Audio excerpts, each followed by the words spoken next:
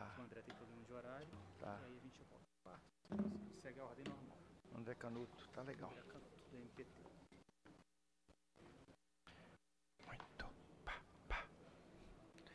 Muito boa tarde a todas e todos. Declaro aberta esta audiência pública para a Comissão de Direitos Humanos, Minorias e Igualdade Racial, destinada a debater a exploração sexual infanto-juvenil e o tráfico de pessoas no Brasil. Este evento decorre da aprovação do requerimento número 112/2025 de minha autoria. Eu farei minha breve audiodescrição. Eu sou um homem branco, estou usando um terno azul, cabelo castanho, usando óculos, uma gravata com detalhes vermelhos e azuis e a camisa rosa.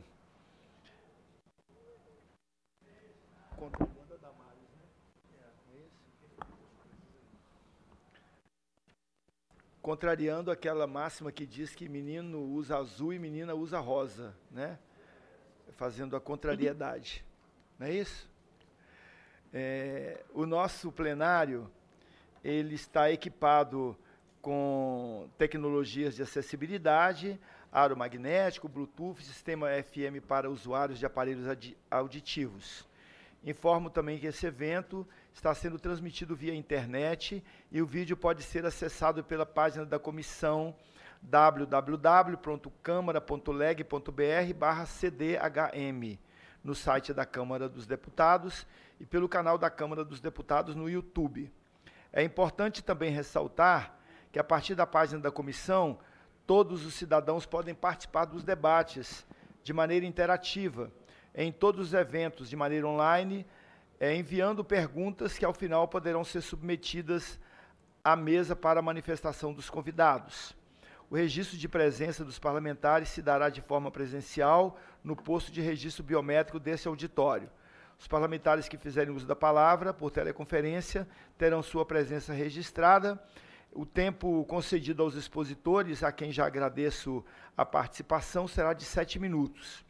Teremos a participação presencial e virtual de expositores. Depois da fala dos expositores, deputados que quiserem fazer uso da palavra poderão fazê-lo por até 3 minutos. Eu quero convidar para tomar assento aqui à nossa mesa a querida Fernanda Fernandes, presidenta da Associação Nacional das Defensoras e Defensores Públicos, ANADEP, referência na defesa dos direitos infanto-juvenis.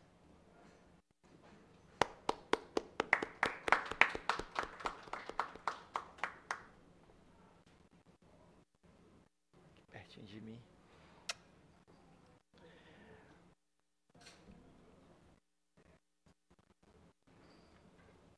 Convido também o querido Edir Augusto, a quem agradeço muito a disponibilidade para estar conosco. O Edir Augusto é autor do livro Psica, que deu, na verdade, a base para a produção da série, né, que nós assistimos pela Netflix. Seu Edir, muito obrigado pela presença do senhor.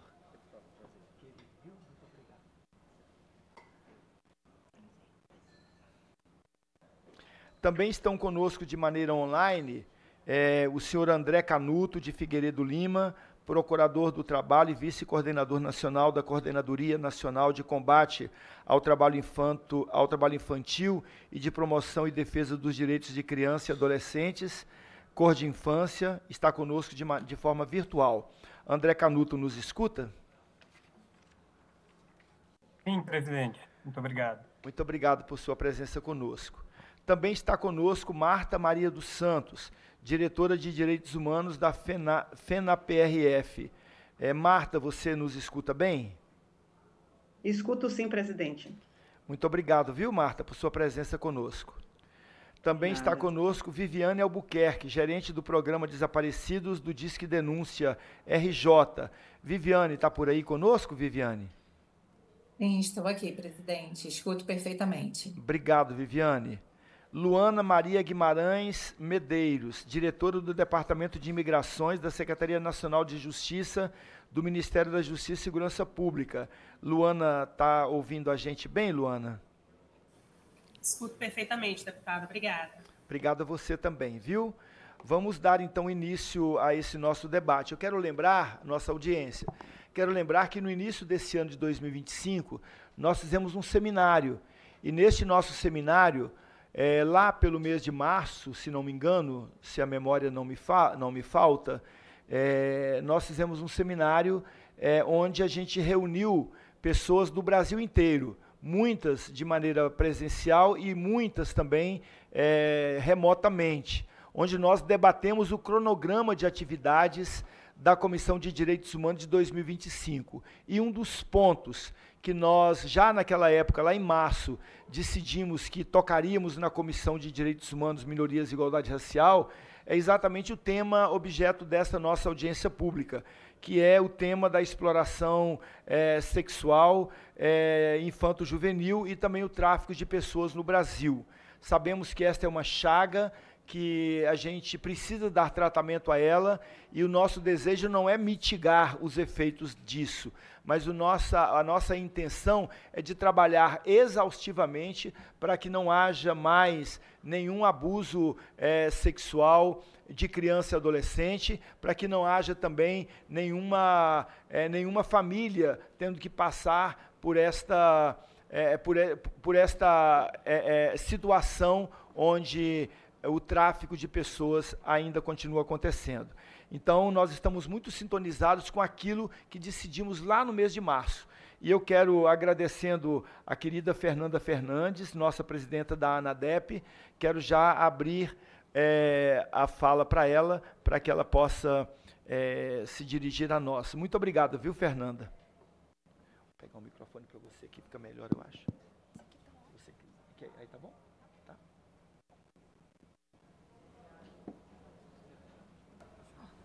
Alô?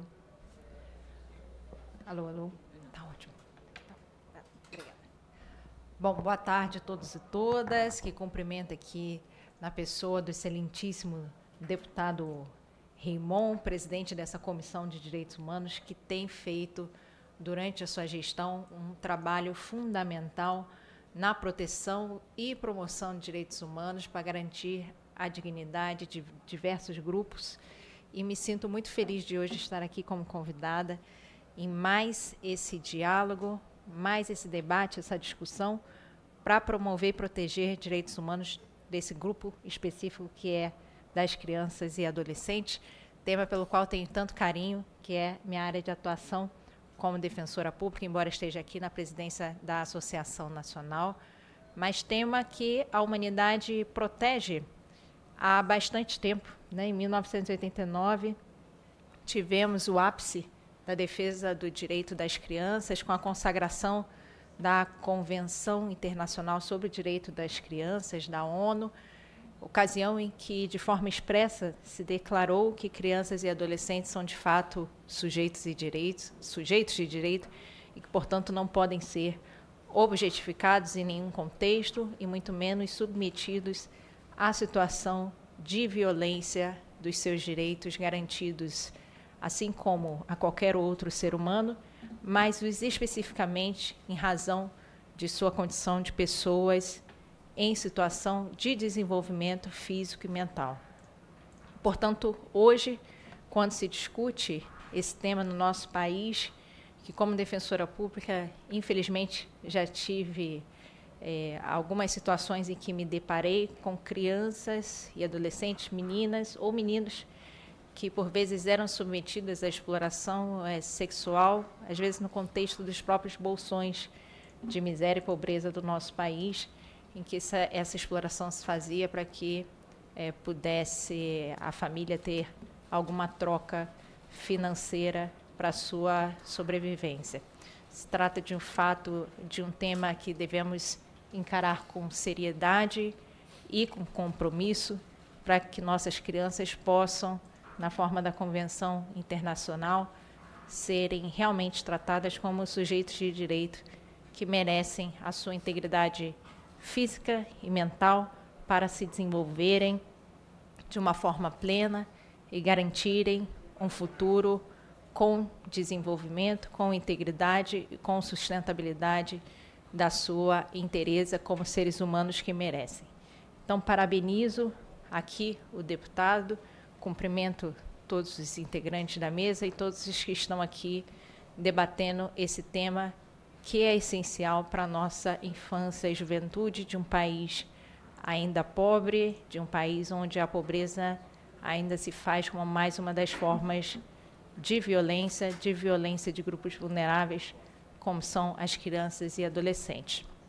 As defensorias públicas no nosso país têm um papel fundamental de garantir a proteção dos direitos das crianças e adolescentes. Não raras vezes nos deparamos com meninas que eram encontradas, inclusive, grávidas que a gente chamava antigamente como abrigos, né? Mas unidades de acolhimento de crianças e adolescentes, por vezes se deparando com o conflito sobre aborto ou não aborto, o que fazer com aquela situação, e inclusive com os traumas. Hoje, as nossas unidades de acolhimento também são unidades que não são equipadas com, às vezes, os serviços, inclusive psicológicos, para dar o suporte necessário a essas crianças e adolescentes, que, por vezes, caminham com esses traumas até a fase adulta. A gente se depara com essas situações não só em unidades de acolhimento, mas também, às vezes, com denúncias das próprias escolas. Meninas que, por vezes, ficam em locais onde há muito fluxo de pessoas transitando, em rodovias, em caminhões, enfim, pessoas que passam por cidades e, às vezes, deixam apenas o rastro da violência com essas meninas que ficam sem o acompanhamento devido. A Defensoria Pública se coloca, então, como a instituição que vai atrás da busca de serviço de saúde física, serviço de saúde mental para essas crianças e adolescentes, o encaminhamento para os serviços de educação e, por vezes, ao serviço de acolhimento institucional e, posteriormente, encaminhamento para a adoção, para que possam ter o afastamento devido da situação de violência que se coloca, por vezes, no âmbito da própria família, que tem, às vezes, conhecimento dessas situações. Então, coloco aqui à disposição, mais uma vez, dessa comissão e dos senhores e senhoras, a nossa instituição, Defensoria Pública, para que possa sempre somar a esse debate como uma instituição que, ao lado aqui da Comissão de Direitos Humanos da Câmara e dos demais atores da sociedade civil, tem essa, antes de tudo, obrigação de estar ao lado dessas crianças e adolescentes e reforçar as políticas públicas necessárias para que seus direitos sejam preservados.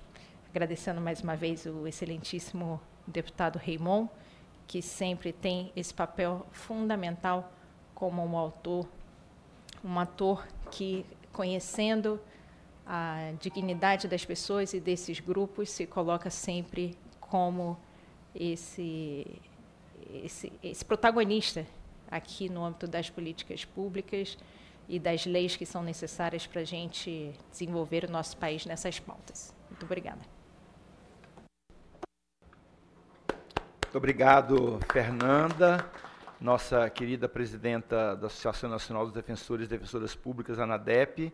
A gente sabe, né, o quão importante são as defensorias nos estados brasileiros, os núcleos, né, de criança e adolescente, os núcleos de defesa dos direitos humanos. Então, nós sabemos não só da importância, mas da necessidade de se ter uma instituição forte como é a Defensoria Pública Brasileira. Então, muitíssimo obrigado. Eu passo a palavra para Luana Maria Guimarães Medeiros. A Luana é diretora do Departamento de Imigrações da Secretaria Nacional de Justiça, do Ministério da Justiça e Segurança Pública. Luana, com você a palavra. Muito obrigado por sua presença conosco. Boa tarde a todos e todas.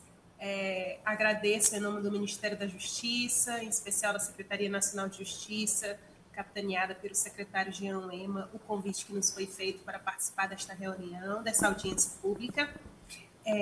Sigo os passos do deputado, faço minha autodescrição, sou uma mulher parda que usa óculos, cabelos cacheados, Estou com uma blusa bicolor, meio branca, meio azul escuro. Estou participando desta audiência de forma remota. Bom, é muito salutar que este evento tenha sido convocado por esta comissão. Hoje é um dia bastante relevante para esse tema, né? Hoje é o Dia Internacional contra a Exploração Sexual e o Tráfico de Mulheres e Crianças. Venho agora de um evento realizado na sede da Defensoria Pública da União, em que lançamos um produto bastante relevante nesse tema, que é o protocolo operativo de atendimento às vítimas de tráfico de pessoas, que foi desenhado pela DPU em parceria com a OIM, que é a Organização Internacional para as Migrações. O papel do Ministério da Justiça nesse tema é realizado aqui pela Coordenação Geral de Enfrentamento ao Tráfico de Pessoas e Contrabando de Imigrantes, que está localizada dentro do Departamento de Migrações, na Secretaria Nacional de Justiça, aqui no Ministério da Justiça e Segurança Pública. O nosso papel, ele é de coordenação e articulação da Política Nacional de Enfrentamento ao Tráfico de Pessoas. A nossa Política Nacional de Enfrentamento, ela já tem mais de 20 anos. Há mais de 20 anos o Brasil ratificou os protocolos internacionais sobre o tema, lançou a sua legislação e estamos agora, no ano passado, lançamos o 4º Plano Nacional de Enfrentamento ao Tráfico de Pessoas. O plano ele é dividido em 4 eixos. Existem 3 eixos que são tradicionais desta luta do enfrentamento ao tráfico de pessoas, que são os eixos da prevenção, da repressão e da proteção à vítima, e nós incluímos um 4º eixo, que eu acho que é bastante relevante no momento em que vivemos, que é justamente o eixo de fortalecimento das redes de atenção e proteção à vítima. É um eixo que pressupõe colaboração, coordenação e trabalho em rede. E aqui o que eu queria destacar é justamente isso. Quando a gente fala de enfrentamento ao tráfico de pessoas, a gente tem que ter muito claro que é um crime muito perverso, que está aí junto com o tráfico de drogas e o tráfico de armas entre os crimes considerados mais lucrativos. Em muitos casos, esses crimes eles são perpetrados de formas conjuntas pelas mesmas cadeias criminosas, e é importante que o Estado, a sociedade civil, os diferentes atores atuem de forma articulada. Então, o que o MJ tem feito junto com os seus parceiros é desenvolver protocolos, desenvolver para que a vítima possa ser atendida desde o momento em que ela é identificada, quer seja no Brasil, quer seja fora, até o momento em que ela decide retornar à sua casa, retorna ao Brasil, retorna ao seu estado de origem, e que todos os atores nesta cadeia de atenção, nesta cadeia de atendimento, saibam quais são os seus papéis, saiba quais são suas responsabilidades e saiba quem deve ser contratado em cada momento. Então, convido a todos para depois acessar aí o nosso painel, a nossa página na internet. Nós temos diversas publicações focadas tanto na prevenção, na proteção, orientações a operadores das políticas públicas na ponta. Nós temos um BI com os dados referentes com os dados de todos os parceiros, desde os parceiros, por exemplo, do MDS, do MDHC, que recebem as denúncias, até os parceiros do Poder Judiciário, que processam, julgam e condenam os perpetradores desse crime. Então, o Ministério da Justiça tem trabalhado muito nesse papel de coordenar, articular e fortalecer essa rede. O tráfico de pessoas é um crime bastante perverso, que atrapalha sonhos, que interrompe sonhos, traumatiza pessoas, transforma vidas, às vezes, de formas irrecuperáveis. E o Estado brasileiro precisa trabalhar de forma articulada neste enfrentamento. Então, eu agradeço aqui o convite que foi feito ao Ministério da Justiça. Nós estamos de forma permanente à disposição. Como eu falei, convido a todos os presentes e os que nos assistem online a acessarem as nossas páginas na internet. Há muito conteúdo, muitos documentos explicativos foram produzidos. Nós temos revistinhas em quadrinhos com foco em crianças. Nós temos agora toda uma linha de atuação que visa o combate ao tráfico de pessoas em meios digitais, na internet. bastante atrelado agora ao ECA Digital, a lei que foi recentemente publicada. Então, é isso, me coloco à disposição. Há muitos temas, muitos tópicos que poderíamos tratar aqui, mas o que eu queria falar mesmo é que o Ministério da Justiça está aí à disposição e trabalhando de forma bastante assídua na construção e no fortalecimento da Rede Nacional de Enfrentamento ao Tráfico de Pessoas. Muito obrigada.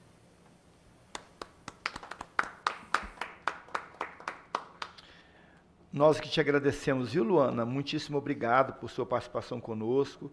Nosso agradecimento aí ao MJ, também à Secretaria Nacional, ao secretário. Agradecimento a você em especial. Queremos convidar também agora o André Canuto, de Figueiredo Lima, procurador do Trabalho e vice-coordenador nacional da Coordenadoria Nacional de Combate ao Trabalho Infantil e de Promoção e Defesa dos Direitos Humanos de Crianças e Adolescentes, cor de infância. Eu não posso deixar de mencionar aqui, não sei se tem aproximação ou parentesco, mas a vida de João Canuto, um trabalhador sindicalista lá do sul do Pará, a quem a gente acompanha por conta das redes de luta contra o trabalho escravo. Não sei se tem associação teu nome, André, com o João Canuto, mas uma família de muita fibra lá na região do sul do Pará. Mas a palavra é com você. Muito obrigado por sua presença. Muito obrigado, presidente. Gostaria de cumprimentar a todos e todas em vossa pessoa, em vosso nome. Já respondendo a pergunta, não que eu tenha conhecimento, mas certamente estamos do mesmo lado. Não conheço o João Canuto, mas com certeza a nossa atuação é convergente, que é o que esperamos, inclusive, sempre, né, com todos os atores e atrizes que estão aqui hoje. Eu vou iniciar a fazer minha autodescrição também. Eu sou um homem branco, de cabelos grisalhos, utilizo óculos e estou utilizando agora um terno cinza, escuro, com camisa branca quadriculada e uma gravata lilás. Ao meu fundo tem um background com o símbolo do MPT. Bem, nesse dia 23 de setembro, ao tempo em que o Ministério Público do Trabalho agradece pela oportunidade de conversar, dialogar e debater com todos e todas, nós gostaríamos de fazer com que a reflexão sobre a necessidade de combate ao tráfico de mulheres e crianças e à exploração sexual se expanda para além desse dia. Evidentemente, como muito bem colocou a Luana, do MJ, esse não é um dia que não é uma atuação que está restrita ao dia 23 de setembro, mas é um tema que precisa ser fortalecido. Nós temos aqui no Ministério Público do Trabalho 2 coordenadorias nacionais temáticas que são especificamente atuantes nessa matéria, que são as coordenadorias nacionais de combate ao trabalho escravo e a de combate ao trabalho infantil, hoje eu estou representando. A minha fala não vai se restringir ao combate ao trabalho infantil, ainda que seja muito voltado para esse viés, em virtude da nossa necessidade presente e extremamente importante de buscar a proteção integral de crianças e adolescentes. Nessa perspectiva, temos que ter em vista que a exploração sexual de crianças e adolescentes é uma das piores formas de trabalho infantil. Isso está posto lá na Convenção 182 da OIT, foi ratificado pelo Brasil, foi ratificado por todos os seus Estados-membros, assim como o próprio Protocolo de Palermo, dado pela doutora Fernanda, que me antecedeu, que iniciou as falas aqui hoje. Então, essa conjugação sobre a necessidade de atuação preventiva e de proteção a mulheres e crianças contra a exploração sexual dá a tônica da nossa atuação permanente aqui no Ministério Público do Trabalho por mais de das suas áreas temáticas de atuação. Então, nós temos identificado e temos algumas iniciativas específicas voltadas tanto ao combate ao trabalho, melhor dizendo, ao tráfico de pessoas, como ao trabalho infantil, na perspectiva da exploração sexual. E eu cito, por exemplo, o projeto Liberdade no Ar, que visa muito especificamente a proteção e a capacitação de profissionais que lidam com o trânsito e transporte de pessoas em aeroportos, em estações rodoviárias, estações de transbordo, que são pontos e locais que facilitam a identificação de potenciais vítimas. A questão do tráfico de pessoas para fins de exploração está extremamente relacionada à falta de oportunidades. A falta de oportunidades é algo que, em muitas situações, se não na maioria delas, leva as pessoas à migração, à mudança de seus locais. É justamente em virtude da busca de oportunidades, ainda que a migração possa decorrer de movimentos como de guerra, de perseguições étnicas, enfim, de outros tipos de perseguições, a busca de saída da sua localidade de moradia sempre tem uma relação muito forte com promessa de trabalho ou pelo menos esperança de trabalho. E são essas falsas promessas que levam muitas das pessoas a essa migração, a essa mudança de local e que terminam se tornando vítimas dessas falsas promessas de explorações, são levados a trabalho forçado e a própria exploração sexual, o que envolve também crianças e adolescentes. Então, nessa perspectiva, observe que, além de ser um crime e dos piores ilícitos contra os direitos humanos, é preciso identificar as causas que levam as pessoas ao tráfico. De um lado, existe uma falsa promessa, existe um intermediário, existe um criminoso, uma pessoa criminosa. Mas algo que favorece, ou que pelo menos permite, facilita com que essas pessoas sejam submetidas a isso, são as situações de risco social e de extrema vulnerabilidade, a que muitas mulheres e crianças estão submetidas. Então, para haver um avanço, além de outras questões, um avanço mais robusto, é preciso que haja também um ataque mais contundente às causas até estruturais que levam pessoas, mulheres e crianças a serem traficadas. Então, nesse sentido, a gente tem que buscar um fortalecimento da rede de assistência, fortalecimento de ações e campanhas que possibilitem maior conscientização de pessoas, tanto adultas quanto crianças e adolescentes, e aqui a escola é um ambiente extremamente adequado para levar esse tipo de conhecimento a crianças e adolescentes, evidentemente, de acordo com a faixa etária de cada uma, então políticas que envolvam as escolas também na conscientização sobre os direitos de crianças e adolescentes, para que elas possam se defender e identificar questões que podem levá-las a se tornarem vítimas, é algo muito importante. E a integração, porque uma vez que muitas dessas situações de tráfico estão relacionadas ao tráfico internacional, ou seja, ao transporte internacional de pessoas para países diversos, é necessário que a integração supere, inclusive, as fronteiras. A gente tem tido um bom avanço desde o protocolo de Palermo, é bem verdade, mas a gente também precisa olhar para dentro. Olhar, assim como se faz no combate ao trabalho infantil e se fala da necessidade de atuação em rede, é preciso que a prevenção e o combate ao tráfico de pessoas para fins de exploração sexual também aconteça de forma integrada. Nesse sentido, protocolos de atendimento, protocolos de prevenção e de fiscalização e investigação desse tipo de crime são muitíssimo bem-vindos para que a gente consiga diminuir e, quando aconteça, para que se possa ter um melhor atendimento das vítimas. Lembrando sempre da necessidade e importância dessa comunicação integrada, desta articulação, que é extremamente importante para todos os entes que defendem e atuam nessa área. Então, muitíssimo obrigado, presidente. Fico à disposição.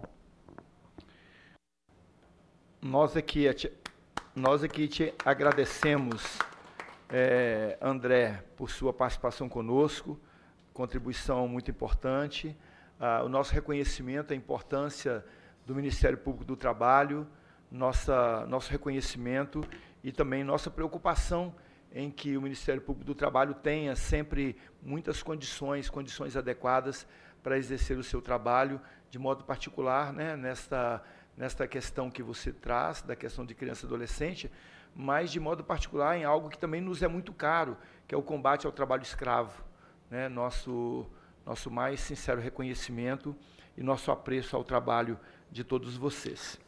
Quero agora convidar para usar da palavra o senhor Edir Augusto. Edir é autor do livro Psica e ele nos deu a honra de estar aqui conosco, né? A gente agradece muito a presença do senhor, viu, senhor Edir? Muitíssimo obrigado. Eu que agradeço. Está ligado. Tá ligado. Eu que agradeço. Vocês estão me ouvindo? Fala mais próximo. Alô? Tá. Eu que agradeço. Gostaria de dizer da alegria de estar aqui, convite do deputado Raimon. Boa tarde também ao secretário, também a Fernanda Fernandes, a Luana, ao André, todos que falaram agora, que são pessoas da luta através das instituições, tem números para mostrar e tem ações para fazer. Eu sou apenas um escritor, sou um jornalista também, mas, antes de tudo, sou um brasileiro, sou um paraense, belenense, amazônida, e todos os meus livros falam sobre a Amazônia, com dramas que são absolutamente mundiais, mas que se localizam naquela região. E eu assisti a um documentário, há alguns anos atrás, a respeito do tráfico de escravas brancas, assim que se chama, e fiquei muito assustado, muito chocado com isso tudo, isso que o André falou, que é um crime perverso, sem dúvida alguma, e fiquei com aquilo na cabeça e me dediquei a colecionar notícias de jornais de Belém sobre o tráfico de escravas brancas. Esse crime se dá no mundo todo, não é apenas na minha cidade, enfim, mas se dá também em Belém. E eu reuni um grupo de histórias, compreendi bem a situação e percebi também a questão de Belém. Belém, a localização geográfica de Belém, ela fica na ponta, porque a nossa região tem uma capilaridade de rios gigantesca, e os rios são as nossas ruas. Isso facilita muito a vinda de drogas da Colômbia, Peru, Bolívia, isso deságua por ali. E também a questão do tráfico de escravas brancas, não é? E eu obtive uma primeira página do que eu queria escrever, e o resto eu já tinha bem ali. Eu fui ao Marajó, estive em Soure, estive em Breves, e reuni depoimentos e tudo mais, e é realmente muito chocante, porque a impressão que dá é que o Brasil não percebeu ainda o tamanho que ele tem daquela região da Amazônia. Eu costumo dizer, inclusive, que a Amazônia é a maior parte do Brasil. O resto do Brasil, que vem para baixo, é pequeno, e nós não gostamos de olhar para lá. E é preciso, e essa região do Marajó, que é o maior arquipélago fluvial do mundo, é de uma beleza e, ao mesmo tempo, de uma questão gravíssima que acontece lá. O Marajó, você anda nos campos do Marajó e se parar lá no meio e ficar escutando o silêncio, isso é de uma beleza que não tem tamanho. No entanto, o Marajó também pode ser um inferno, porque nas suas margens das pequenas cidades há muita miséria, e passam navios por ali, de vários tipos, há ratos d'água, que são os piratas daquela região, e na miséria eu tenho depoimentos de jornal de um pai que vendia a filha por R$12, qualquer coisa assim. A menina tinha 11 anos, e ele dizia, desculpem se chocam, ele dizia, podem usar, eu já usei, claro, fui eu que fiz, por que eu não podia fazer isso? Há um choque tão grande, e quando aparecem essas pessoas, esses criminosos que aliciam também as mocinhas, elas vivem na miséria. Você chega com presentes, você chega dizendo, você vai mudar a sua vida, vai ganhar em dólar, deixa comigo que eu cuido de tudo.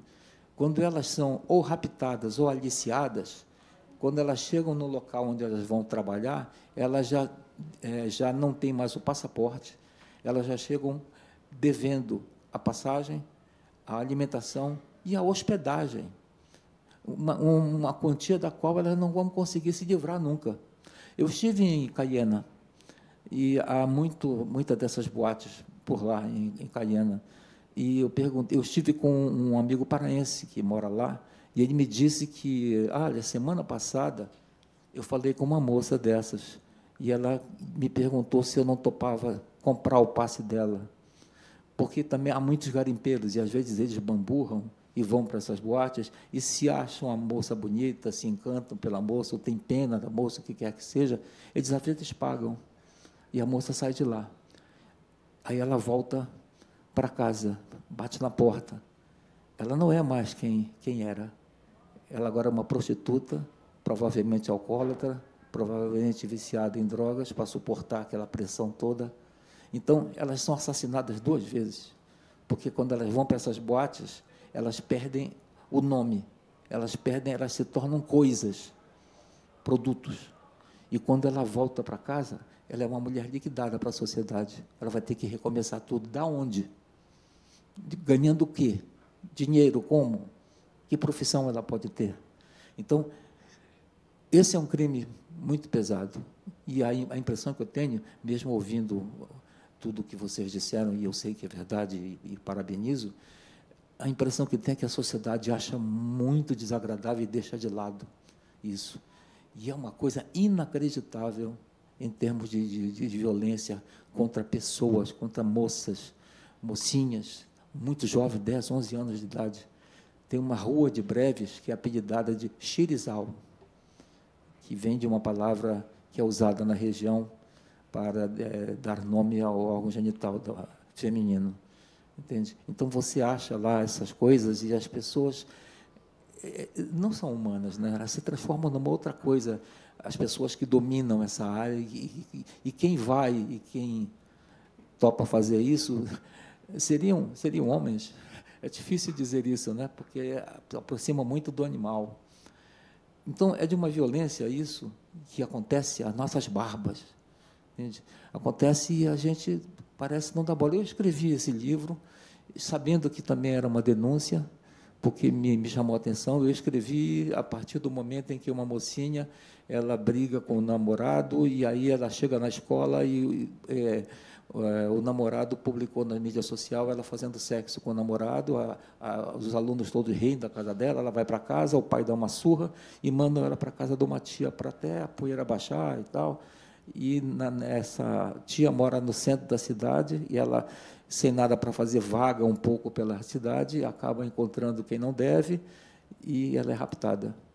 Então, essa mocinha, que era, como dizia o meu amigo lá, que me falou dessa moça, ela era a menina mais bonita do bairro, ela era miss qualquer coisa do colégio, ela era disputada pelos rapazes para namorar, ela se transforma no quê?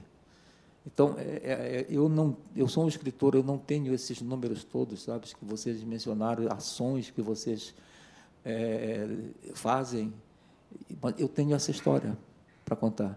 E eu tive uma sorte grande, ou talvez todos nós tenhamos dado por causa da divulgação disso. O Fernando Meirelles, que é um dos maiores diretores de cinema do Brasil, juntamente com o Kiko Meirelles, que é filho dele, também excelente, com o roteiro do Braulio Mantovani, que é o melhor roteirista do Brasil, ele que escreveu o roteiro de Cidade de Deus, que o Fernando também filmou, não é? Eles se interessaram, demorou algum tempo por conta de motivos da época de política e depois pandemia, mas esse filme saiu. É uma série com 4 capítulos, muito intensos, e você imagina que, de repente, esse meu livro, que, enfim, circulou pelo Brasil e também foi lançado na França, esse livro se transforma em uma série que foi mostrada, está sendo mostrada em 196 países. Eu recebi relatórios a respeito da posição em número de views, né, no mundo inteiro, e ele era segundo lugar em todos os países de língua inglesa, era primeiro lugar aqui no Brasil, passando por cima de um blockbuster, que era a Wandinha, né? Eu não sei exatamente o que é, mas é Wandinha o nome, e é muito assistido, né? Jovens gostam de assistir. Na França também estava em terceiro lugar. E você vê, e eu estou falando dos países assim que eu sei de cabeça para dizer, porque 196 nem eu sei dizer, sabe? Então, é muito bom para mim como autor, mas penso que para chamar a atenção das pessoas para esse crime hediondo que é cometido, que está sendo cometido provavelmente agora em algum lugar, acho que é um bom começo, pelo menos na luta, de auxiliar as autoridades em fazer isso, né? E claro que eu sei, e todos nós sabemos, que a base de tudo está na educação, a base de tudo é fazer escolas onde as crianças se sintam no seu lar, que nem queiram voltar para casa porque gostam tanto da escola, gostam de praticar esportes, gostam de, enfim, outras coisas que são saudáveis, não é? E lugares onde se forma opinião também dessas crianças, né? E cuidar dessa questão da miséria, né? Porque com a miséria, a fome é algo que não amolece qualquer força de vontade. Então, esse é um assunto muito sério. Era isso que eu tinha a dizer para vocês. Se quiserem perguntar mais alguma coisa, me desculpem se ficou um pouco, mas acho que esse peso do que eu falei era preciso ser dado.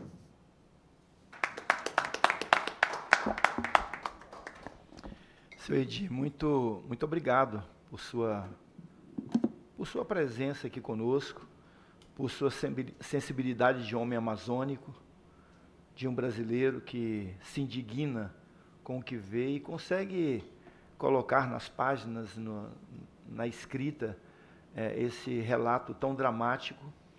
E o senhor disse que o livro é uma denúncia, mas a sua fala aqui hoje na Câmara dos Deputados, a sua fala é uma denúncia. A sua fala é uma denúncia. Uma denúncia de que, às vezes, né, Érica, cumprimentando você, nossa deputada Érica Cocai, que tão comprometida também com todas essas causas, de quão distante, às vezes, a gente está do mundo real, né? Quão distante a gente está desse Brasil que pulsa, né? Então, obrigado por o senhor estar aqui conosco. Sigamos. Eu vou convidar para fazer uso da palavra Marta Maria dos Santos. Érica Cocai está aqui conosco já, viu? Vocês que estão acompanhando aí online, a deputada Érica já está conosco. A hora que ela quiser usar da palavra, fique muitíssimo à vontade. Marta Maria dos Santos é diretora de Direitos Humanos da FENAP-RF. Então, da Federação Nacional da Polícia Rodoviária Federal, não é isso? Então, agradecer a você, Marta, por estar aqui conosco, e a palavra está aberta para você.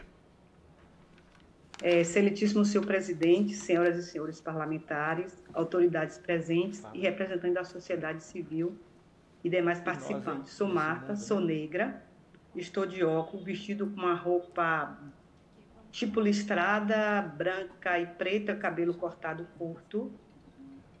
Hoje eu sou PRF e hoje eu também faço parte já fiz parte de algumas comissões para lidar sobre tráfico de pessoas, e eu tive que fugir em algum tempo porque eu já estava ficando meia adoecida de ver tantas coisas que realmente faz a gente chorar, tirar o sono. E eu digo que é com profundo senso de responsabilidade que faço uso da palavra nessa audiência pública, para tratar de um tema que fere a dignidade humana e ameaça o futuro da nossa nação, que é justamente isso, a exploração sexual infanto-juvenil e o tráfico de pessoas aqui no Brasil. Infelizmente, estamos diante de uma crise de crimes que não apenas viola a lei, mas que também destrói vidas. E eu acredito que, nesse momento, algumas vidas estão sendo destruídas. Famílias e comunidades inteiras, crianças e adolescentes que deveriam ser protegidas na sua essência e se torna alvo de uma grande rede criminosa, altamente lucrativas e perversas. Infelizmente, atrás dessa rede existe empresários, políticos, policiais, e isso é que me deixa mais triste, né? O tráfico de pessoas, em especial para fins de exploração sexual, figura hoje como a terceira atividade. Ela só perde para as armas e para as drogas. No Brasil, devido à sua imensa extensão, né, que o Brasil é grande e fronteiras vulneráveis, ainda se apresenta como um dos países de origem, de trânsito e destino dessa prática. A cada caso silenciado, cada denúncia que não é encontrada respaldo, reforçamos o círculo da impunidade que dá o tráfico a esses criminosos, né? Ele se sente cheio de fôlego porque não consegue combater. E eu digo a vocês, é preciso reconhecer que a exploração sexual, desculpa, a gente fica emocionada, como eu disse, eu tinha fugido um pouco desse tema, porque me fez sofrer muito no passado, tinha sido traficada ou crianças abusadas, e eu tive que me afastar um período, né? Então é preciso reconhecer que a exploração sexual infanto-juvenil não se limita em grandes centros urbanos. Ele se alastra em área de turismo, é um bom lugar onde os jovens, e pasme, e às vezes até modelo também, né? Aquele sonho de ser alguém na vida, e eles acham a presa super fácil. Em rodovias, em portos, em comunidades carentes, e muitas vezes as vítimas são invisíveis pelo preconceito, pela pobreza e pela falta de políticas públicas eficazes. Aqui na polícia nós temos um projeto que se chama Mapear. E só em 2023 foram mapeados 17.687 pontos de exploração sexual. E pela ordem vinha Minas Gerais, depois vinha Piauí, Santa Catarina, depois a minha Bahia, aí vem Rio Grande do Sul, Pernambuco, Goiânia, seguindo assim, até todos os estados foi feito esse mapeamento. Então, não podemos tolerar que crianças e adolescentes sejam tratadas como mercadoria. Cada menino, cada menina deste país carrega consigo um projeto de vida e eles precisam ser protegidos. Proteger a infância é garantir o futuro do Brasil. E aí eu vejo que eu pensei em 3 frentes fundamentais, né? Que seria a prevenção, esse trabalho assim, a Polícia Rodoviária já faz, que é essa questão do mapear nas estradas, né? Também tem nos aeroportos que precisa ser feito. A educação, investir em campanhas permanentes de conscientização, fortalecer a escola com espaço seguro, preparar profissionais para identificar sinais de exploração e violência. Muitas vezes a criança chega em casa meio calado, não quer ir para a escola, a gente tem que identificar o que é que está acontecendo. Normalmente ela está sendo abusada de alguma coisa. A proteção também, a assistência à vítima, porque quando ela volta, conforme Idei falou aí agora, nem sempre eles conseguem voltar. E quando muitas dessas mulheres que são traficadas, quando voltam, elas são mortas, porque é muito difícil. Elas saem daqui como princesa, elas são usadas 2 dias depois em outro país. A vida de Cinderela, aqui estão suas roupas e agora você vai ter que se prostituir. E muitas vezes elas têm que usar droga para se manter ali. Então, raramente elas conseguem fugir. E quando conseguem fugir, tem que ter toda uma proteção, porque eles vêm atrás e matam, ameaçam a família. Então, garantir a cada criança e adolescente, resgatar, ter acesso ao atendimento psicológico, social, jurídico, além de políticas que assegura sua reinteração social. E combater e responsabilizar e fortalecer as forças de segurança, aprimorar a compreensão entre os estados e municípios, ampliar a compreensão internacional, sobretudo garantir punições rigorosas aos exploradores e traficantes.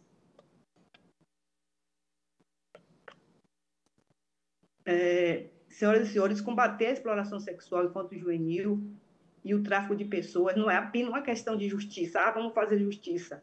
É uma questão de humanidade. Não se trata apenas de endurecer a lei, vamos fazer isso com a lei, não. Mas é reafirmar, como sociedade, que não aceitamos ver nossas infâncias sequestradas pelo crime. O Brasil precisa dizer, em voz unissona, nossa criança não está à venda, nossa adolescente não são mercadoria, nossa família não está sozinha. Pública, não seja apenas um espaço de debate, vamos falar sobre isso, mas um marco de compromisso concreto, com políticas efetivas, fiscalização rigorosa e união de todos os poderes, tanto executivo, legislativo e judiciário, porque junto com a sociedade. Porque proteger a infância, mais do que um dever constitucional, é um pacto moral que nos define como nação. Muito obrigada, gente. Nós aqui te agradecemos muito, viu, Marta? Muito obrigado por sua disponibilidade de estar conosco. Nós já havíamos conversado na Comissão de Direitos Humanos com você, numa agenda que nos foi muito proveitosa, e esse tema é um tema que a gente sabe que você se envolve com ele, que a PRF se envolve muito com ele, e nós, inclusive, depois da reunião com você, estivemos com o diretor-geral da PRF, o inspetor Fernando, para tratar, inclusive, desse tema também. Muitíssimo obrigado. Viviane Albuquerque é gerente do programa Desaparecidos do Disque Denúncia Rio de Janeiro, da cidade mais bonita do mundo. Então, a Viviane está com a palavra, Viviane. Muito obrigado por sua presença. Boa tarde a todos e todas. Agradeço ao presidente da Comissão de Direitos Humanos, deputado federal Raymond. É uma honra representar o Disque Denúncia Rio, especialmente o programa Desaparecidos, nessa audiência dedicada a um tema tão urgente e doloroso. que é a exploração sexual infanto-juvenil e o tráfico de pessoas. Por meio do programa Desaparecidos, o Disque Denúncia Rio atua na recepção de denúncias anônimas e confidenciais, né, que colaboram com as autoridades para localizar vítimas e combater redes criminosas. Podemos dizer que em 2024 recebemos cerca de 523 denúncias relacionadas a desaparecimentos e exploração sexual infantil, evidenciando a confiança da sociedade em nosso trabalho, pelo diferencial de serem denúncias anônimas. É fundamental fortalecer a articulação entre órgãos públicos e sociedade civil.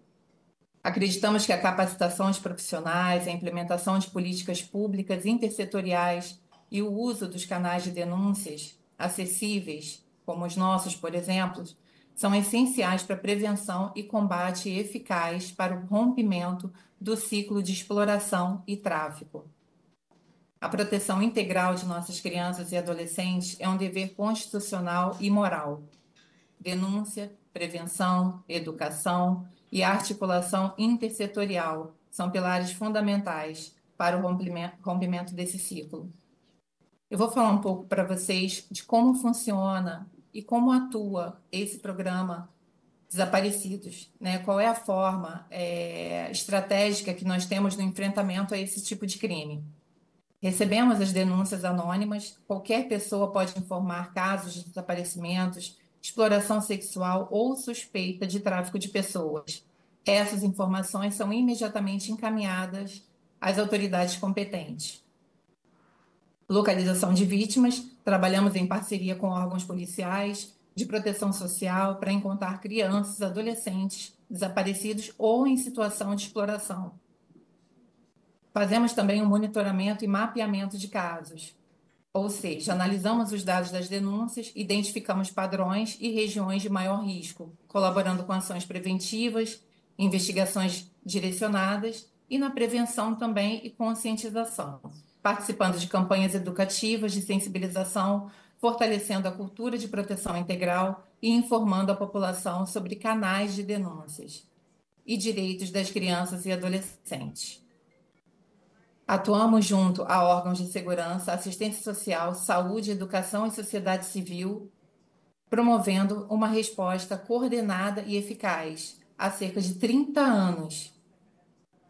Um ponto fundamental do nosso trabalho é a capilaridade dos cartazes que são publicados e compartilhados em redes sociais, mídias e programas de TV, alcançando cidades, estados e até outros países, como o caso de uma jovem, que não posso citar o nome, desaparecida em Santíssimo, Rio de Janeiro, no ano de 2020, e encontrada em 2022 em Lima, Peru. A jovem estava hospitalizada e foi identificada e reconhecida através de um de nossos cartazes nas redes sociais. E o contato foi feito imediatamente. Então, qualquer cidadão pode identificar, denunciar crianças e adolescentes desaparecidos ou em situação de risco.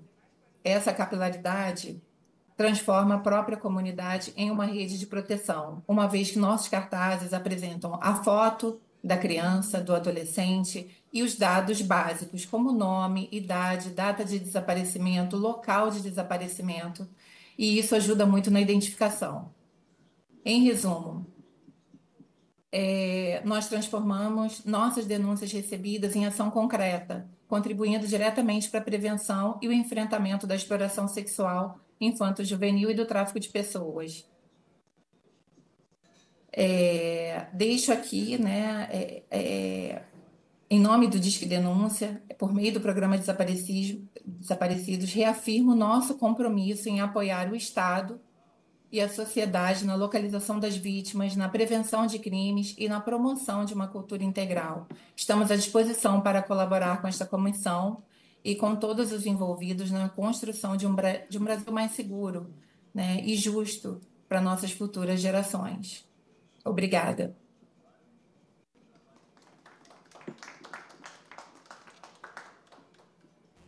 Muito obrigado, Viviane, por sua presença aqui conosco. A importância do Disque Denúncia, ela é, na verdade, muito grande, né? Sabemos que ela é muito importante mesmo. e aí no Rio de Janeiro. Que bom que tem aí você e tem a equipe que trabalha com o Disque Denúncia local. Muito obrigado. Deputada Érica Cocai, nos dê aí o prazer de ouvir a senhora um pouquinho. Começo lhe parabenizando, deputado Raimon, parabenizando essa comissão que, sob sua condução, tem sido tão importante para que nós possamos debater, refletir, enfim. Eu tive a oportunidade, nesse correr da vida, que, segundo o poeta, às vezes embrulha tudo, de presidir uma CPI de violência sexual contra crianças e adolescentes. E vi muita coisa que não gostaria de ter visto. Eu estive na região de Breves e ali nós vimos as crianças sendo transportadas em barcos ou em balsas e sendo entregues por R$3, R$4 ou coisa, ou algum valor desse semelhante. E penso que a violência sexual, mas em particular a exploração sexual, ela é uma cadeia de violação de direitos. Ela começa com uma situação de muita pobreza, via de regra, desigualdade social. Então, a primeira vitimização é a pobreza. E, a partir daí, a criança e o adolescente não tem como viver a sua infância, a sua adolescência, o corpo é tirado dela mesma. Ou seja, eu falo dela porque a grande maioria são pessoas do gênero feminino, que são vítimas de exploração sexual. E depois, aí, enfim, então ela deixa de ter o seu próprio direito, de seu direito respeitado, a sua existência respeitada, ela se coisifica, ela arranca-se dela a sua própria humanidade, e aí, por fim, ela vai também ter uma culpabilização da sociedade. Via de regra, a sociedade culpa as crianças, adolescentes, por estarem sendo vítimas de exploração sexual. Então, a cadeia de dominação precisa ser rompida. E o que nós percebemos é que a gente avançou no Disque 100, e o Disque 100 é importante porque ele significa que denunciar as violências contra crianças e adolescentes fazem parte das nossas existências, não é algo que não nos diz respeito sim, aliás. O Estatuto ele fala da responsabilidade do Estado, da família e da própria sociedade. Então, significa você denunciar. Por isso que o lema, por muito tempo, da luta contra a violência sexual de crianças e adolescentes era calar, consentir, denunciar, proteger. Então, é importante a denúncia. Mas o que nós percebemos é que é preciso que haja um acompanhamento e um atendimento para que essas crianças e adolescentes possam ressignificar a sua vida, possam estruturar os seus vínculos, porque, via de regra, os vínculos familiares eles são rompidos. Em grande medida, o abuso sexual, em particular, ele é promovido dentro de casa e com pessoas que têm ascendência afetiva sobre as crianças, o abuso sexual. E nós vimos coisas como uma criança ser entregue por um pacote de biscoito recheado, por exemplo. E vimos também alguns fenômenos, as grandes obras. As grandes obras, muitas vezes, você discute com a comunidade as compensações pelos impactos das grandes obras. Nós tivemos em Jirau e Santo Antônio, no estado de Rondônia, mas você não discute como proteger as crianças, que deveriam ser a prioridade absoluta. Que programas eu tenho para proteger as crianças? Então, você traz 20, 30 mil pessoas para trabalhar naquela cidade, sem vínculos, deixando suas famílias em outro canto. E nós vimos, inclusive, uma das empresas que estava construindo a obra da hidrelétrica, ela fazia um trabalho com os operários, os trabalhadores daquela obra. Mas existe um processo de desumanização que é muito intenso. É muito intenso. Então, eles não conseguiam sentir que aquela criança poderia ser a sua filha. Eu lembro muito de um fato de uma unidade de internação aqui em Brasília, onde eles estavam com um cachorro e numa revista muito vexatória com os adolescentes que estavam em internação por estarem em conflito com a lei. E eu dizia para o comandante do batalhão, eu dizia, mas os meninos, ele dizia, meninos não. Eles não são meninos. Meninos são os nossos filhos. Eles são bandidos. Foi assim, esse processo de desumanização que justifica todo tipo de violências.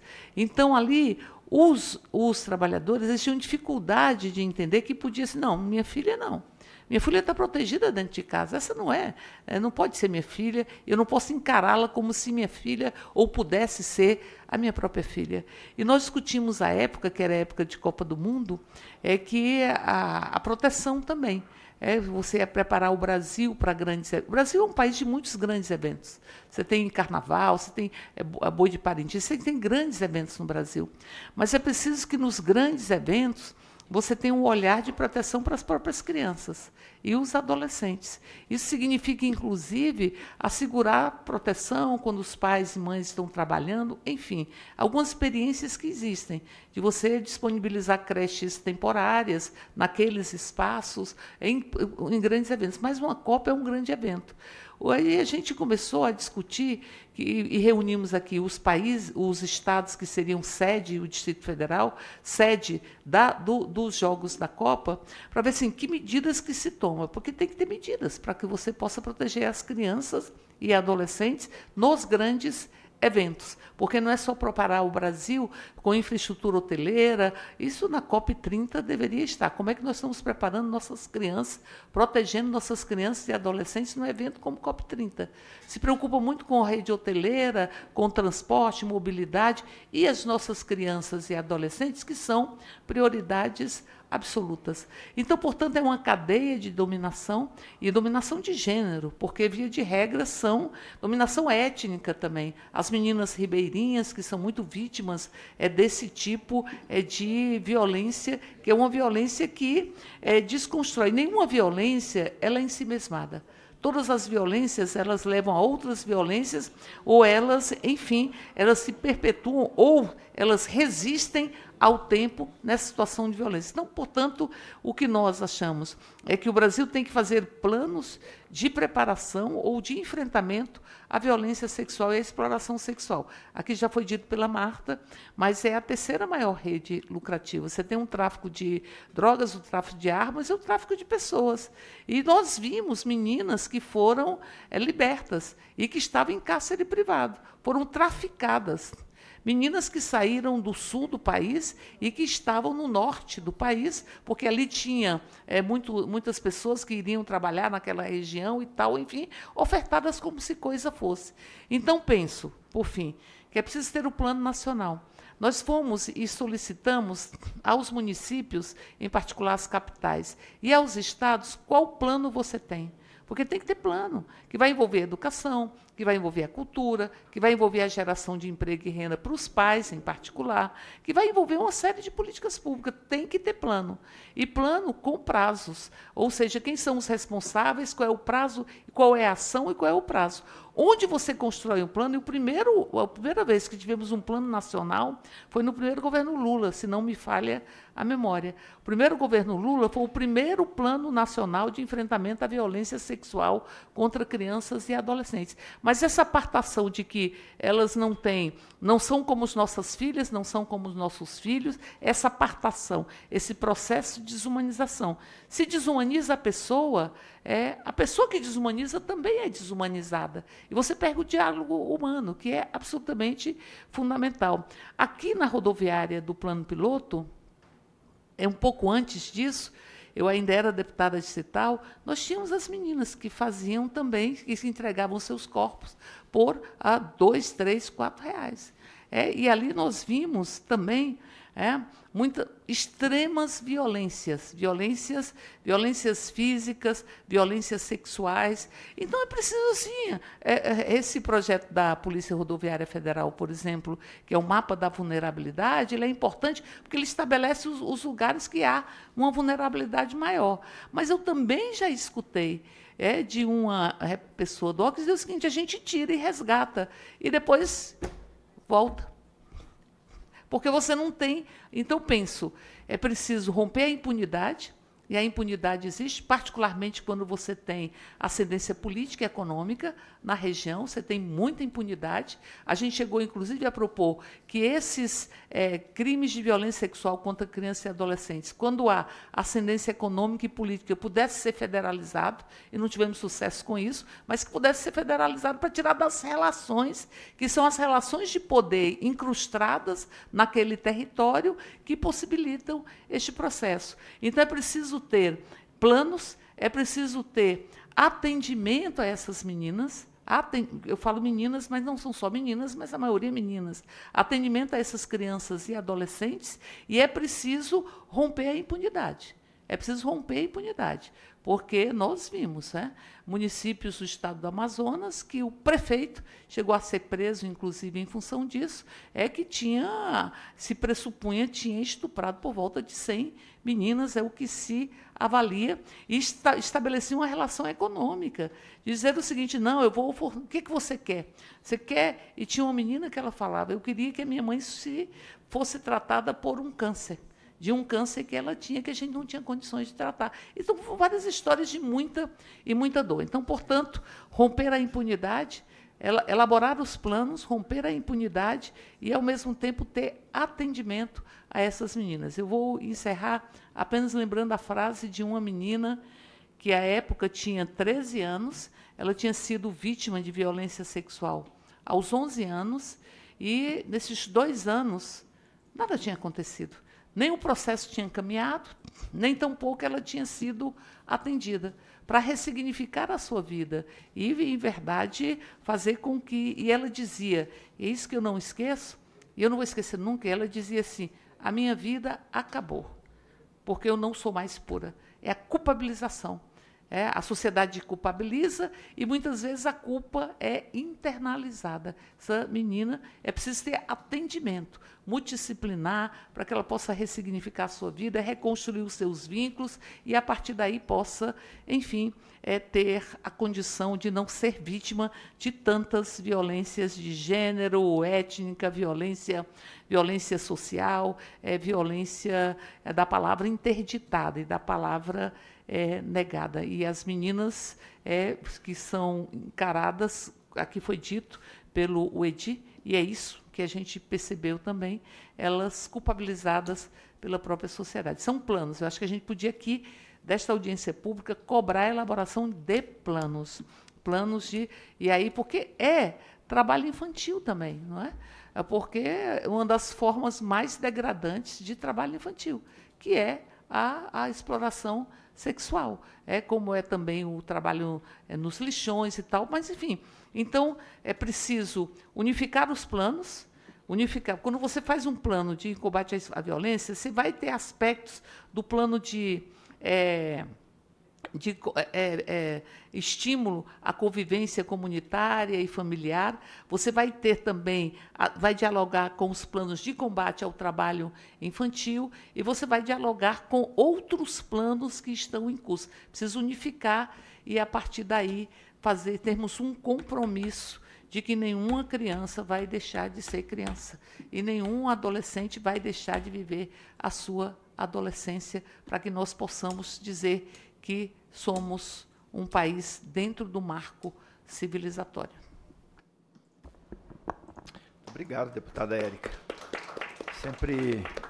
Sempre bom lhe ouvir, né? Porque, para além de ter uma fala muito articulada, a gente sabe que a sua vida é sintonizada com isso, né? Então, não são palavras soltas, são palavras que provêm de uma trajetória, né, de luta. Que orgulho, viu? Muito obrigado. Alguém quer usar da palavra? Chegou para mim aqui uma pergunta, né, e eu queria fazê-la. O Mondego quer falar, Mondego? Rodrigo Mondego, que é o coordenador da Comissão de Direitos Humanos, mas antes eu vou colocar aqui a pergunta, não para você, mas também pode ser para você, né? Mas para as pessoas que já falaram, se quiserem discorrer sobre a pergunta feita, né? A pergunta é, qual é o perfil? Eu acho até que o Edi já respondeu um pouquinho na fala dele. Tchau, meu bem. Qual o perfil de pessoas que cometem tais crimes? De que forma a educação de adultos poderia conscientizar e reeducar adultos que cometeram ou podem cometer tal crime? pergunta veio pela Rafaela Sevilha da Cruz, a quem a gente agradece a participação. Mondego. Boa tarde para todo mundo, saudar todo mundo aí que está na mesa, na pessoa do Raymond, pessoal da Fernanda, querida Fernanda. A gente está falando de 2 crimes de lesa humanidade que no Brasil andam muito juntos, né? Que é a exploração sexual infanto-juvenil e o tráfico de pessoas, que tem essa particularidade no Brasil. Ela é sempre associada com o crime de exploração sexual, normalmente de crianças e adolescentes, mas também de mulheres adultas, principalmente, né? Essa é uma particularidade desse crime de lesa humanidade aqui no Brasil, né? São várias políticas públicas para enfrentar esse problema, que é um problema histórico, é uma chaga que está nos rincões mais distantes do Brasil, mas também nas grandes metrópoles.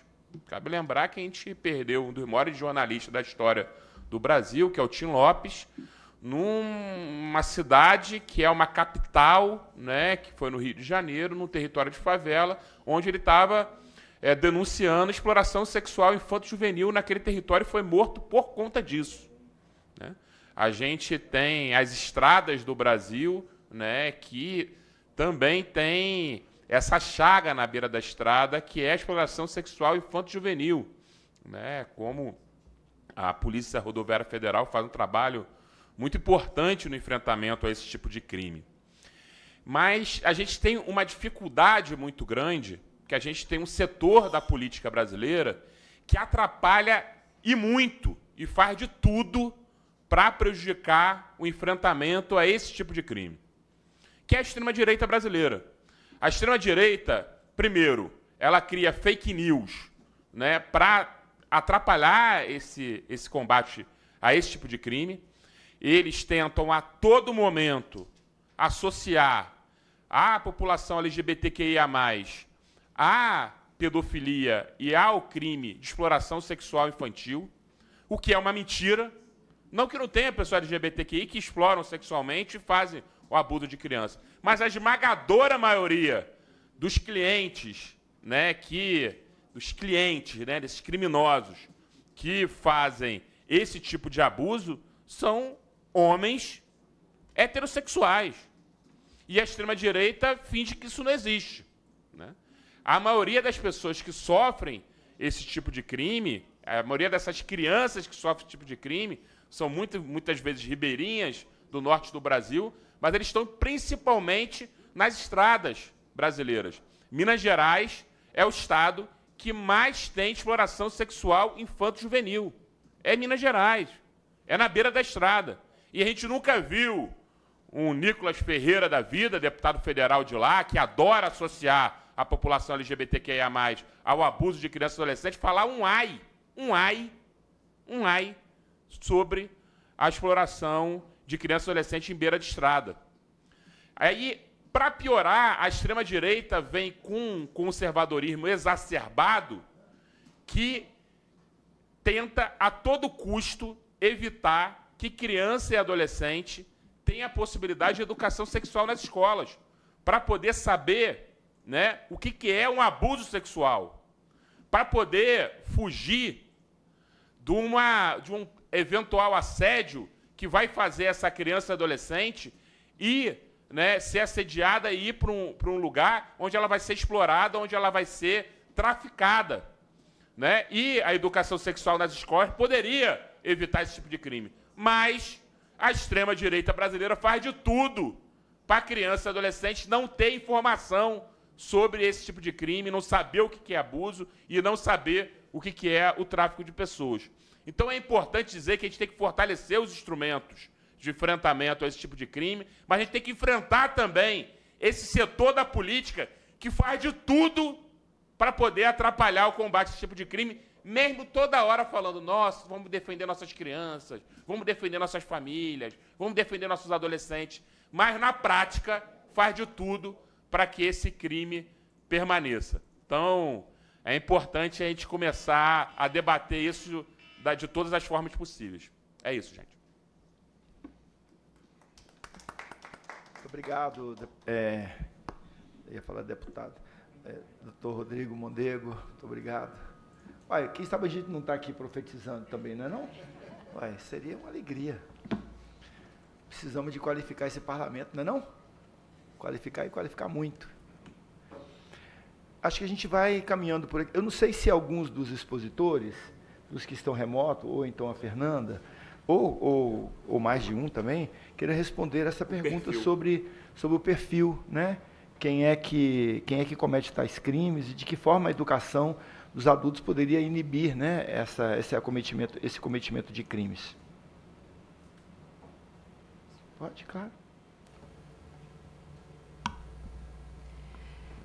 Obrigada, deputado. Eu acho que, para a gente da Defensoria, falar de perfil de pessoas que cometem crimes é sempre muito delicado, né? A gente traçar perfis especificamente, né? Mas é claro que eu acho que o que foi trazido um pouquinho por cada fala e a questão da educação são sempre temas muito importantes da gente enfatizar para, de fato, crimes como esses possam ser cada vez menos praticados, né? E, quem sabe, até no mundo ideal, erradicados. Mas eu me lembro uma vez que conversei com uma moça de um país africano que mencionava que no país dela as mulheres eram constantemente vítimas de estupro nas ruas. E ela me contando que em uma determinada época, um presidente específico trouxe para o governo muitas mulheres, e essas mulheres, pela visão do que tinham sobre essa situação de violência sexual a outras mulheres, conseguiram ter a sensibilidade para desenvolver programas e políticas voltados para essa situação, inclusive criando escolas para meninas que, vítimas de estupro, por vezes não tinham mais esperança de uma vida que não fosse objetificada. No âmbito da Defensoria Pública, a gente costuma trabalhar bastante com reeducação de adultos, tanto os que praticaram crimes, como nos próprios casos de violência doméstica, mas também em projetos de educação em direitos de uma forma em geral. Como defensora pública da área da infância e juventude, não raro vamos às escolas falar exatamente sobre esse tema de violência sexual para explicar às crianças exatamente o que é essa violência e, inclusive, explicar para elas os canais onde elas possam denunciar caso sejam vítimas. E me lembro uma vez, deputado, de um projeto que fizemos lá no estado de Goiás, que fomos a várias escolas e, inclusive, professores nos perguntavam o que fazer quando identificassem algumas crianças com perfil que a gente começa a identificar, né, de agressividade, né, ou de timidez exagerada e que possam sinalizar eventual situação de violência. Então, a educação, de fato, é sempre muito importante. Penso que o pacto entre as instituições, um pacto para, de fato, prevenir, punir e erradicar esse tipo de violência. Penso que, quanto menos as pessoas sabem da existência do tráfico de pessoas, da violência sexual, mais difícil elas possam se compreender, inclusive, enquanto vítimas de determinada violência. Foi mencionado aqui por várias pessoas, eu tinha falado também da questão das estradas, a deputada falou de um tema importante sobre grandes eventos. Me lembro, na época que eu era advogada de uma empresa específica, que na construção de uma hidrelétrica bem grande aqui do nosso país, se notou o aumento de estupros em volta. Então, de fato, não só eventos, mas construções, local de passagem, sejam estradas na terra, minerações, lugares de fluxo de pessoas, tendem a facilitar, seja por uma questão de turismo ou não. Aqui no estado de Goiás temos a cidade de Cavalcante, onde temos bastante incidência também dessa questão. E, de fato, quando as crianças, adolescentes, seus pais ou professores não sabem desse tipo de crime, as crianças e adolescentes, os seres humanos, ficam mais expostos e mais vulneráveis. Então, penso que ter um mapa como o da Polícia Rodoviária Federal é de extrema necessidade. Pode ser que a Polícia Federal também tenha um mapa parecido, não só em contextos de estrada, mas em outros contextos de grandes eventos, de grandes construções. E, de fato, que a gente possa ter esse pacto entre as instituições. A Defensoria pode trabalhar na educação em direitos nas escolas, pode trabalhar na reeducação de pessoas que eventualmente cometam o crime, mas, acima de tudo, a gente falar sobre esse crime, falar com as potenciais vítimas é essencial, sem deixar de foco, né, o que falamos aqui também sobre a questão da pobreza e dessa extrema vulnerabilidade das crianças e adolescentes. Sabemos, no nosso país, o quanto pais, infelizmente, muitas vezes não constam nem das certidões de nascimento, temos um número muito elevado de mães solo que tomam conta das famílias, e nesse contexto as mães saem para trabalhar e as crianças, numa situação de pobreza, sem creches em regime integral, sem escolas, ficam em casa em uma situação ainda mais vulnerável. Eu já vi em Goiás casos de crianças, meninos e meninas, que alguém ofereceu um pirulito, às vezes era o vizinho, às vezes era a pessoa que passava pela estrada, caminhoneiro, motorista, que seja, e eram vítimas dessa violência que é terrível e que, de fato, macula as crianças para o resto de suas vidas e compromete um futuro sustentável de suas vidas e do nosso país, obviamente. Então, né, não sei se respondi, mas, de fato, a educação pode conscientizar, a nossa instituição está aí à disposição também para esse objetivo, e penso que, de fato, um plano nacional, mas, acima de tudo, um pacto entre as instituições para que a gente possa trabalhar na prevenção, na punição e na reintegração das pessoas que são vítimas. É isso, obrigada. Muito obrigado, Fernanda. Muito obrigado. Eu pergunto a Marta e a Viviane, vocês querem ainda usar da palavra, Marta e Viviane? Ou podemos partir para as conclusões?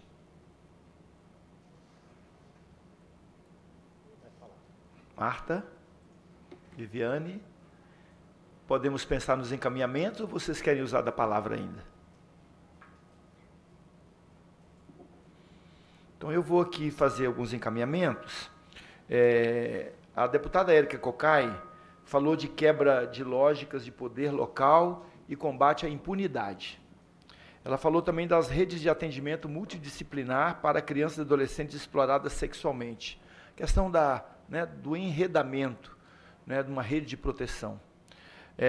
Questionar estados e municípios sobre a elaboração de planos de proteção de crianças e adolescentes contra a violência sexual.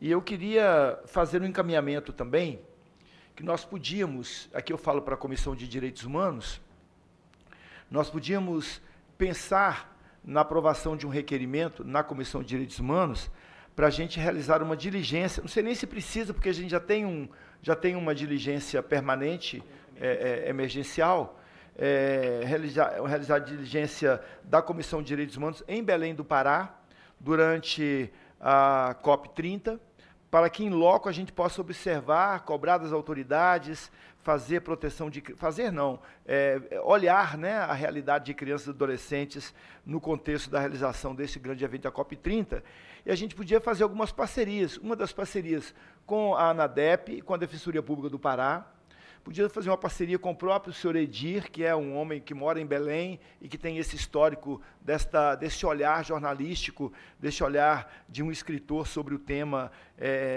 amazônico. Também com os conselhos tutelares lá da região do estado do Pará, ou da cidade de Belém, vamos dizer assim, e também com a PRF, com o Núcleo de Direitos Humanos da PRF e outras instituições que a gente pudesse trazer para essa conversa, para a gente pensar nisso que a Fernanda fala, que é um pacto de instituições, um anel, um elo, que liga as instituições todas. Podemos pensar dessa forma? Rodrigo Mondego, podemos? Natália? Os deputados que concordam, permaneçam como estão, aprovado. Então, a gente vai aprovar um requerimento para isso. Quero cumprimentar a minha cidade de Volta Redonda, que está aqui conosco, a Conceição está ali conosco. Do lado da Conceição, eu só não sei dizer o nome, mas eu conheço. João Luiz está aqui. Que legal. Angra dos Reis, João Luiz de Angra dos Reis. Sul Fluminense, Sul Fluminense ali Angra também é considerado sul, João? Também é sul Fluminense. Agradecer a presença de vocês, é sempre muito bom esse povo é de uma região muito cara ao estado do Rio de Janeiro. É uma região de muita luta.